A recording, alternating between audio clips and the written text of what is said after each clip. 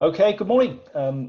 Thank you very much, Mr. Max Thorne, Chief Executive of MRP Group, who's been a great advocate and supporter of ASAP, certainly over the time that I've been around.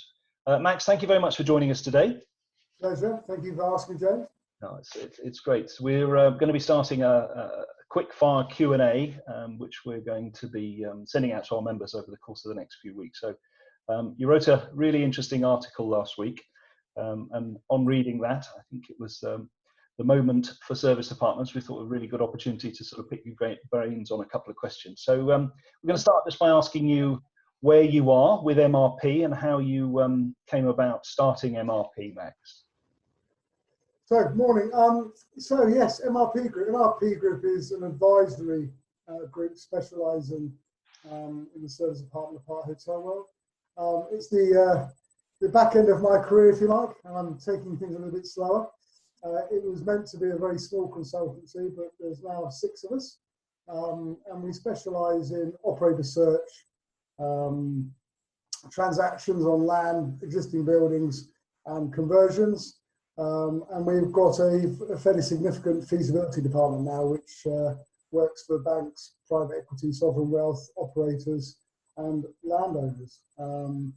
And as I said, we're here purely just to specialise in service departments in the Park Hotel, trying to give back to the sector the benefits of my 30 years of experience with Bridge Street, London Life, Seiko, Brookfield, and Oak Tree Capital Management.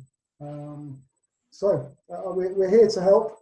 You probably saw from some of our recent social media, we're offering a free service at the moment, just helping operators try and navigate their way through these difficult times. I'm sure they'll pick up the phone to you, Max. So what are you seeing? We're right in the middle of this pandemic at the moment. What are you seeing as a result of COVID-19 so far?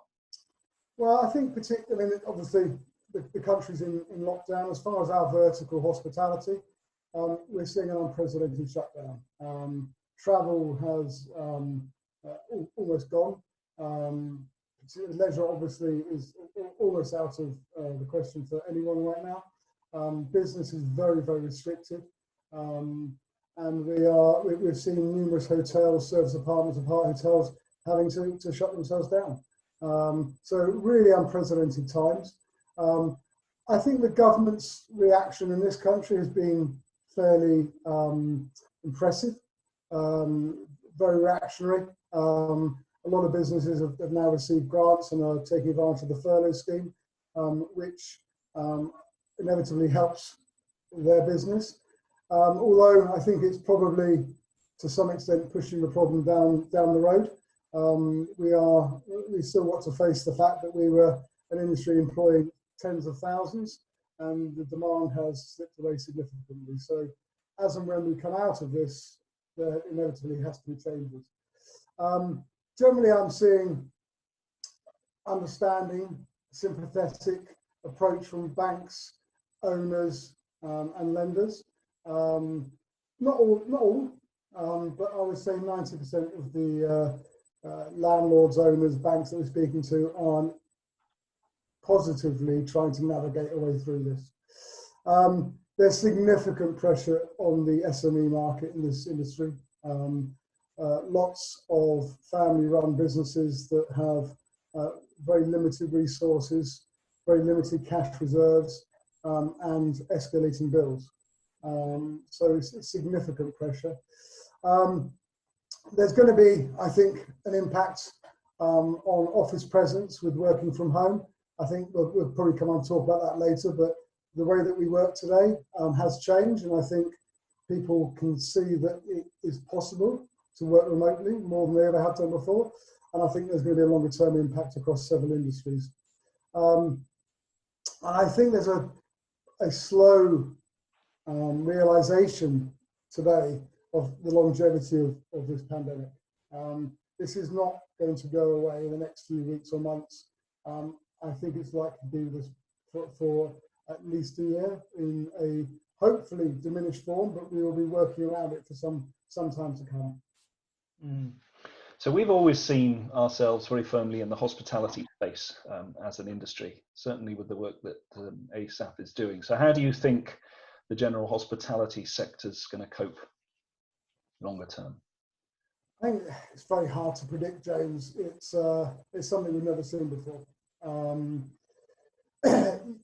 You're going to have to accept that there's going to be compliance programs that are put into place, driven by government.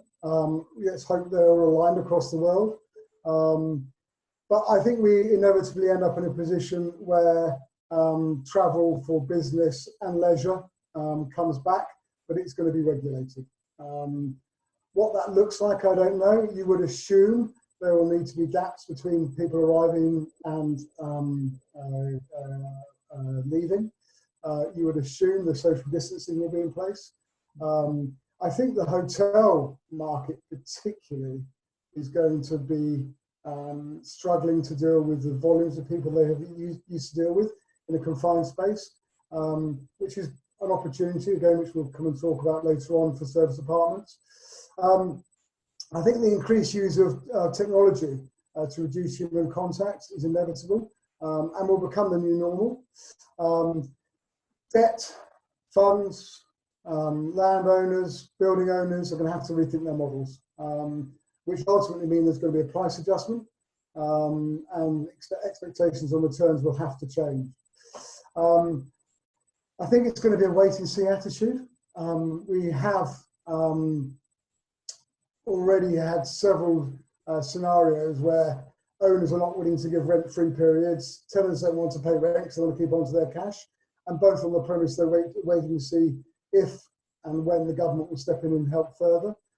That's likely to continue for a little bit longer. As I referred to earlier, the sharing models in hospitality particularly concern me. Hostel, student, co-working, Airbnb kind of model. I'm not sure how comfortable we all will feel sharing spaces at that level. I'm not saying they're not going to exist, but I think they're going to exist in a very, very different way. I think they may never recover. I'd certainly, I've got some teenage kids that today are proposing that they would never go into a hostel. But then we've all been through unfortunate crises like this before, 9/11, etc. I remember myself, I was very skeptical about ever getting on a plane, but the airlines and the industry worked to make it feel safer, and we all got back to travel. So I'm sure there's a way through it. I'm just not quite sure how that looks. I think we'll get through this, but it's going to be very different, very, very different. But I think as a nation, as a world, we have already shown we can adapt. It's just trying to change that now into something which is a working business model. And what about service departments then, on the back of the hospitality conversation? How do you think service departments are going to fare coming out of this? Well, listen, I'm always an optimist and often shouted down for being that. I strongly believe service departments are well positioned to be a leader in hospitality as we get through this and come out of it. Why do I say that? When I look at a hotel or a co-sharing, co-living, co-working model, the interaction between staff and guests is significant. A service department or part hotel, just by its nature, has the ability to self-isolate. You have a kitchen, you can wash your own clothes, you can cook your own food. Most service department operators have already installed super fast Wi-Fi, so you can work from home. So if I was a buyer of service department accommodation or of hospitality full stop, and I had to deploy workforce around the world, I would be much more comfortable putting into a service department than I would be into an apart hotel. Sorry, than a typical hotel model. So I think it stands very, very strong. Service departments are also, they've got a level of flexibility that other hospitality operators haven't. They can adapt to this virus, more so than any other offering out there. The consumer, the guest in room can be self-sufficient. It hasn't got to rely on third-party interaction, or very much at a lesser state than you would be in typical hospitality. I think it's very important that service department operators really sit down and think about how they adapt to this. And I don't know whether it's providing masks or sanitation or COVID-19 cleaning teams, whatever that may mean. But I think talking about that to the customer, expressing how they're going to deal with that, will probably put them in good stead. Yeah, and I mean that's part of the work that we're doing. So we're firmly positioning our compliance accreditation product at the forefront of increased housekeeping standards. But of course, it's all about health and safety and having people understand that service departments are a credible place to stay and a safe place to stay. So with that in mind, what sort of what tips would you give our operators today, and then readying themselves for the end of this or the exit of it? So I think first of all, I think all operators need to be very open with their owners of properties. I don't think there's any point in dressing up a situation that's not. And I think open communication works toward being able to coexist with building owners, whether you're leasing or whether you've got debt or you're borrowing. And as I mentioned earlier, I'm not particularly here to plug MRP Group, but we're here to help, and it's a free service if you want us to help you negotiate with any of your owners, landlords, building providers, and we're here to do so. I think being fair as well. If your revenue is $500,000 and your costs are 600,000, you need to make some adjustments. Most models would run at a pace where your rent cost is roughly half of your revenue, and you need to talk to the owners about that, and there needs to be adjustment. As we mentioned earlier, most owners are quite tough in not giving rent freeze, and I think if you have to agree a rent push, then have that discussion when it comes to picking up that rent push later on in the year, because we don't know how long this is going to be and how deep it's going to be. So I think just being open and being fair with owners is a good piece of advice. We're doing lots of profit share models, transferring leases into management agreements. And as I said, most owners are being sensible to that. I think defining COVID-19 operating solutions, whether it's specialist cleaners, maintenance, sanitisation, masks, gaps between bookings, specialised collections from airports.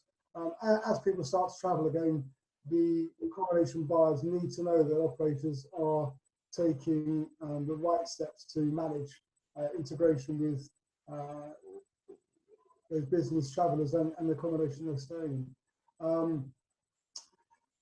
Communications, working together as an industry. So I think there are lots of collaboration opportunities between operators.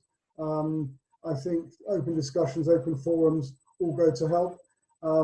I think each operator has got to be ruthless with its P&L. Cash is king. So if you've got cash, I think you need to hold on to it. I think you need to be very frugal with it. I think you need to be fair and you need to pay your bills that you can pay. But I think there's always an opportunity to value engineer P&L. And I think it's time to really have a deep look at that if you haven't already. And obviously government assistance. It's out there and it's available and you need to take advantage of it. We've all paid our taxes for this. And my experience in dealing with this for operators I can't thank the government enough, I think, for what they've done for some operators.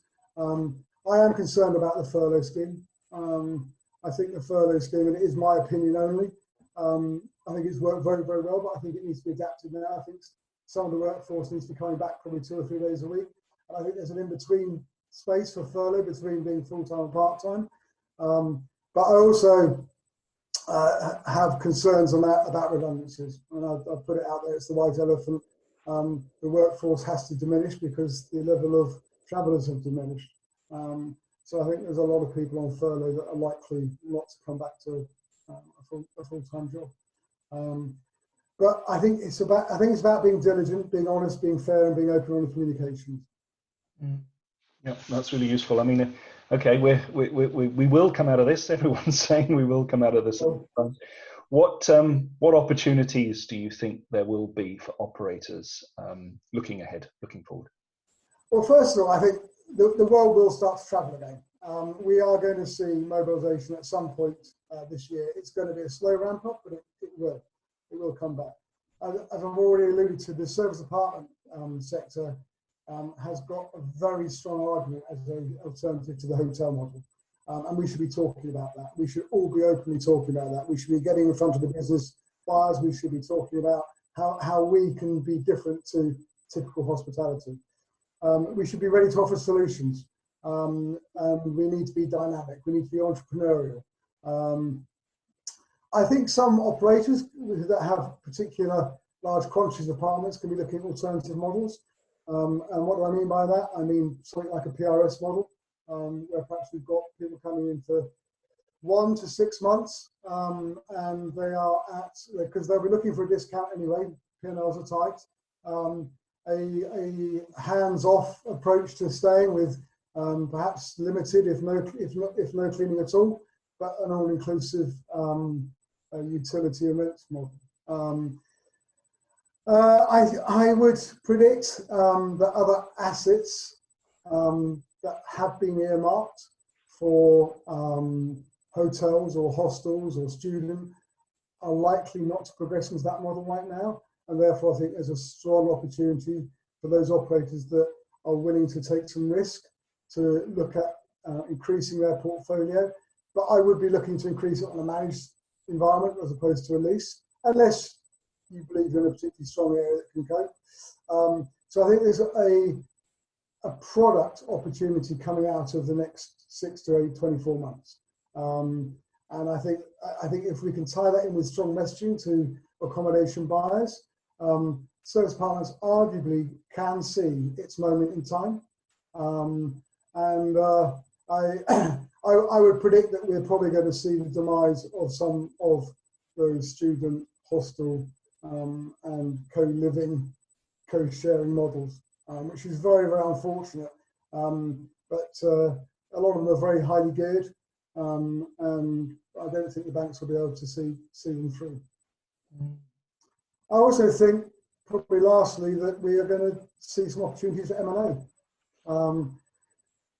Two sets of head offices, 2 sets of senior management with limited income and a lesser demand will see opportunity. And I would encourage operators to embrace that.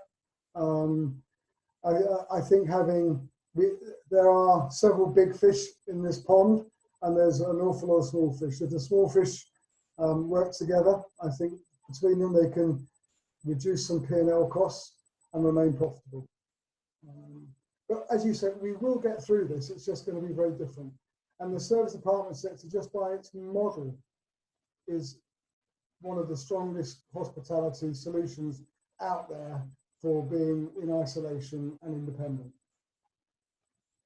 Fantastic. Max, thank you so much for your insights and your thoughts. We really appreciate that. And certainly the help that you're giving ASAP at the moment and all this time is really very well received. So thank you, Max Thorne, for your time. Thank you, James, for all the work you do for this sector as well. I think I speak for most operators, and I think you're doing an amazing job. Keep it up. Well, thank you. I appreciate that. Many thanks. Okay. Thanks, James.